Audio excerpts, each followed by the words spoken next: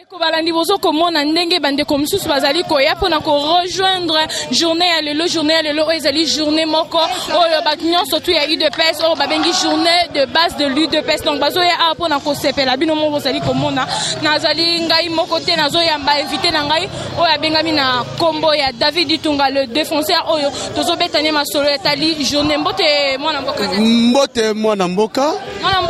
le défenseur lelo journée moko moni makamne ezali koleka okobeta masolo na bandeko balani o bazali kolanda biso na libanda ya mboka pe awa bayoka ndenge journée bazali ko se passer. Merci beaucoup ya liboso nazali kopesa matondo mingi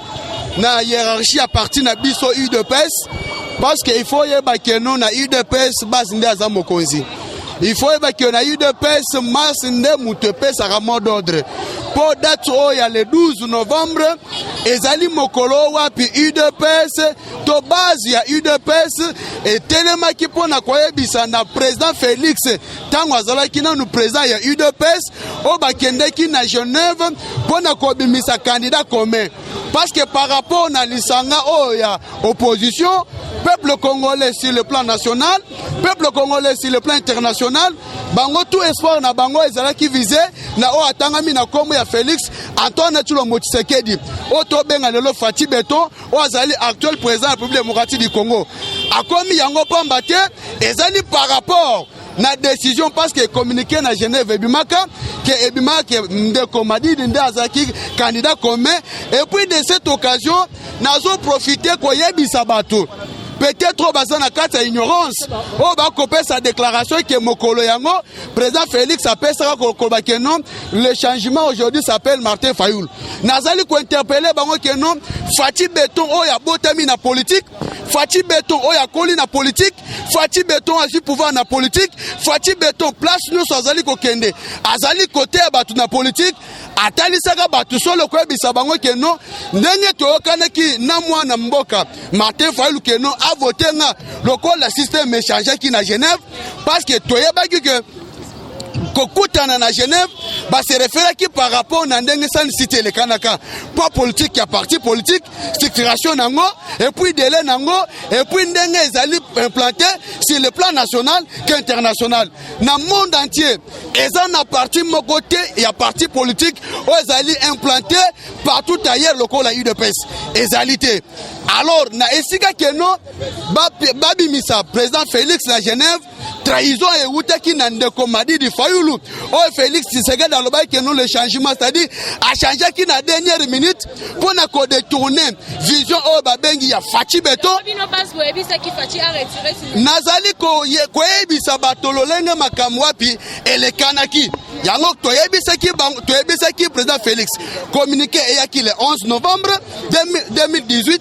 biso le 12 na base na UDPS tolobi ke tokoki jamais comme na Zaidi Ngoma bisité lokole le kanaki na dialogue ya Sun City na essayer que Etienne Tshisekedi omuluma de res memo abima babimisela biso Zaidi Ngoma biso base par rapport na litro UDPS ça le plus de 37 ans dans l'opposition le lot tokoki jamais to comme à partir de mallettes il y a obiso to fabrikaki parce que Martin fa obi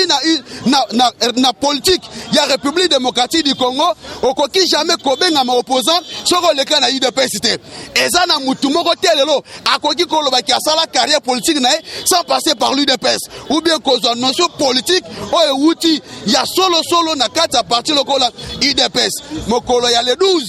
biso to telemaki to kisaki mungongo na biso to espeki na peuple congolais sur le plan national qu'international que non président Félix alongo la signature na bondo ki à Genève o bakenda ko comploter pour le ko bakanise mboka na biso pour être ba mindele ba ya ba faire souffrir mboka na biso pour être peuple congolais a continuer toujours kozala na kata souffrance et puis effectivement président Félix alongo la ki signature le lobby son d'être commissaire président de la République démocratique du Congo ou azali garant de la nation ou azali symbole de l'unité pour le peuple congolais. Mwana mboka David Itunga to mona ki journée ya lobby ya le 11 ezalaki lundi bande ko na biso ya lamuka bango pe ba fêter ki journée na bango o ndeko Martin Fayoulou abimaki candidat comme et puis lelo lisusu to moni ke bino pe bozali ko fêter mukolo oyo Fati a retiré ka signature na ye après ko retirer signature ne nini bino base boyebisa ka Fati nazo loba boy mwana mboka eza na parti politique moko te ko di ko sala face na UDPS banda lelo tilobi ozo yoka ba bengi saki manifestation na bango mais sur le plan international événement le kani lobby na le kani lelo total ici que non UDPS est toujours UDPS parce que toi bisaka bato tout moment que UDPS n'est pas égal à Palou et UDPS ne sera jamais comme Palou. UDPS ayoki saka mungongo na ye à travers base ezali biso base ezalo mona bande konoso bazali ko répondre na mbelema oyo hiérarchie ya parti endimi ko reconnaître journée oyo na ya mona bandi ko pesa bango félicitations makasi mwana mboka ifo ebake oyo lekana ki na Genève ezaki trahison contre le peuple congolais ezaki trahison contre UDPS mais oh lokola destin ya Nzambe ba changer yango te lelo tozo na fati béton. Ok, merci mingi mwana mboka David Ditunga. Bandeko balandi tozali ko continuer kaka ndenge na lobaki tozali awa liboso ya siège ya UDPS nazali ko zo ndeko na biso moko o CPS ka biso kitoko na banzembo na ye o ayembaka donc ye azali pene na biso to ko continuer kaka ndenge to lobaki mbote mwana mboka. Mbote mama na sepeli susko ya lisusu lelo. Mwana mboka journée lelo to yebi ke yo beta ka banzembo moko ya bien ko beta mo loko mo bo esala bandeko balandi bien. Ndeka to soli wana trop de nzembu penza donc histoire bête ma pena bien te na linga ki pena donc ava base to expliquer pena donc bakolo terrain biso le base rouge donc bato mukolo wana le 12 wana o batumbaka libosa permanence donc biso le donc à part non ndoule bato bazaki pena na balabala o pena babunda ke événement wana donc to raisonner mukolo ngo lelo donc passe na motema donc to raisonner mukolo ngo to kenda ko zoa na aéroport donc biso des aras mystiques yaka mystique yango kaka sengo banzembu mwa malade ezali ndo toyebisaka bango ke quand balobaka gouvernement zate biso toyebi ke gouvernement zande Félix po asali sans gouvernement asali bango tu bazalaki te na 8 mois wana makambo bien yango babengi béton kutu bango tangu baye tomoni eloko malonga basali bien te basali eloko te yango wana tolobaka toyebi bozo tuna gouvernement za wapi bozoloba tozali betiquette eloko tozanango bino boyebite c'est que la politique est tokoyebisa moto te c'est que la Congo UDPS fachi social base donc événement toujours UDPS toyebike na fachi liboso makambo ekende peka liboso to banga te to pezaki mitema ba mama na classe ofele toyebike janvier février tokosala koleka bana classe tongo bimi 12h biso surtout tozonga lokwa bana classe match eza bien na fachi béton. OK, merci mingi wana tozali ko continuer na fachi béton na UDPS to kozwa isunde ko na biso wazali na liloba ya kolo oyebi tina nini bazi atomboka po fati alongola signature na ye parce que lombongo nzamba visitaka ye nzamba lakisi lombongo aganya lobi yewana batu batali bo akriye yewana kuna na lola aboye ko ba na vérité donc lombongo ayebaka sekele oyo ya mibale pasteur Moïse Mbiye ye penza malakisaka avant élection alobi tala président na bino ekozala Félix yango tangu lombongo ayembi yewana pasteur Moïse Mbiye atali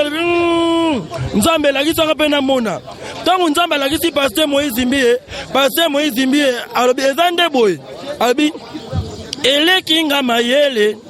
esalinga kobanga ngana kende ko wapi nazongi na liziba esika nazwaka makasi do akesenga nzambe makasi po ayeba kobomba likambo oui tangu nzambe alakisi Moïse Mbiye albingana yemba pe na teyaka na oyobi misa sekelo tena obike fatinde mokonzi taka oyo ngana za bato balobaka te ngana komi politicien alors nini lekaki Moïse Mbiye tanga moni eloko ndengona akasingi nzambe apese makasi po akwa koloba eloko wana te abomba yango allez lombongo nzambe azoloba neka yo yebisa peuple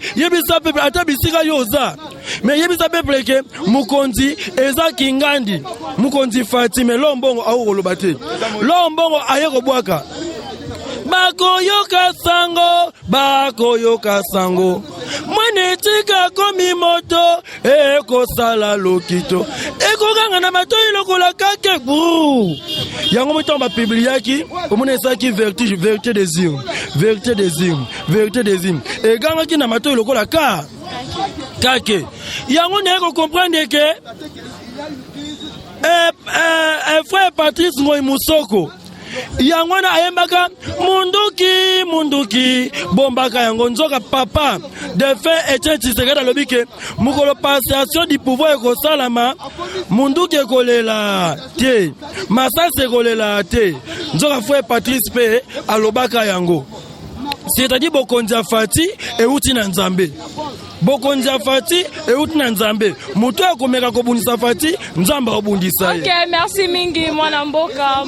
tozali ko continue ko zo isusu papa na biso akoloba mai o ezali koleka na mokona lelo journée de base o babengi yango na kombo mbote papa